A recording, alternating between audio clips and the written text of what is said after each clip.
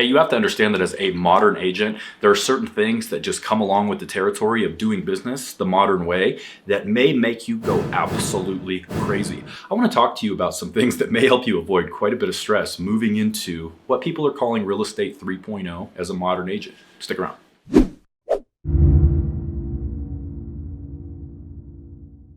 Hey, Logan Williamson here. Thank you for coming back by the channel. Hey, if you don't know me, I'm a full-time real estate agent. I help agents grow and scale their businesses the modern way, leveraging modern media strategies. I would love to chat with you if you have any questions, if you want to get on my calendar directly about anything that I can do to help you inside of your business, or what my group at EXP is doing differently to grow as the fastest growing group in company history. As we speak right now, my team is spanned across 7 states in the intercontinental US, and we are growing globally. If that's something that you're interested in potentially being a part of based on the trainings and the value that we provide, I would love to discuss that with you.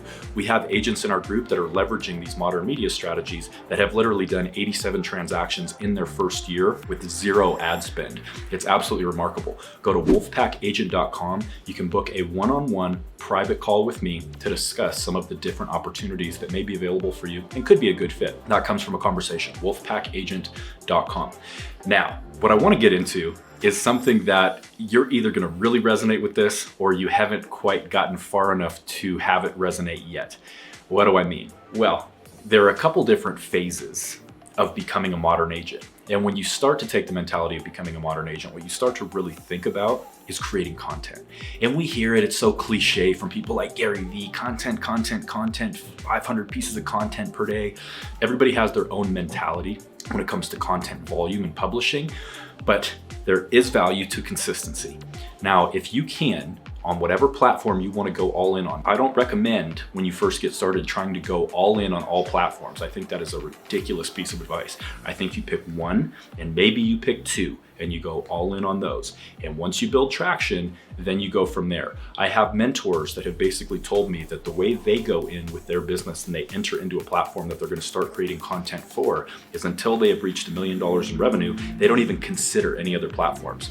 That's a completely different mentality than a lot of people out there. For instance, Gary Vee, who's preaching to people that you should be making 1 million pieces of content per day.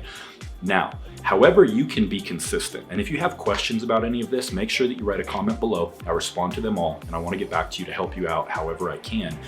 But getting back to my point, if you're just getting started, you're gonna have to go through the pain of understanding the difference between using something like a phone, like maybe an iPhone, and airdropping files up to your computer. What's gonna happen with your computer memory? Is the disk space going to get full? Do you need to be using an external hard drive? Maybe you're using a camera like I'm using right now called a DSLR that's going to have an SD card, a memory card, that you're gonna have to learn how to either plug into your computer or use a different strategy to get that content uploaded. Now, it's a grind. Creating content is a grind. There are certain strategies related to workflow that you're gonna have to just simply learn.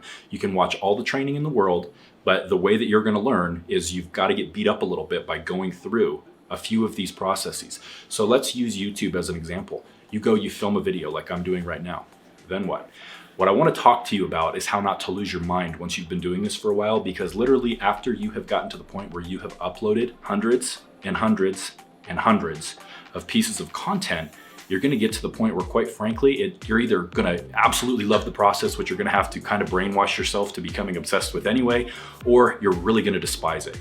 Now, there are different steps along the way of hiring VAs, of hiring assistants, of hiring a content creation team.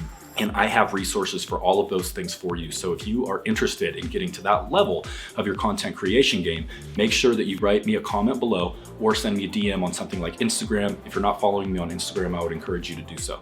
Okay, now the whole point of this video is that software has bugs, okay? I spent a very large portion of my career after I got out of college over an 8-year period in San Francisco and Silicon Valley working at some of the world's leading tech companies. And what I learned is that bugs are inevitable. Companies like YouTube, companies like Facebook, companies like Twitter, Pinterest, everything that's out there, all of those companies have thousands upon thousands of engineers working for them to help work the kinks out, work the bugs out. When you click on something, upload, you want that content to actually upload. There are going to be kinks along the way.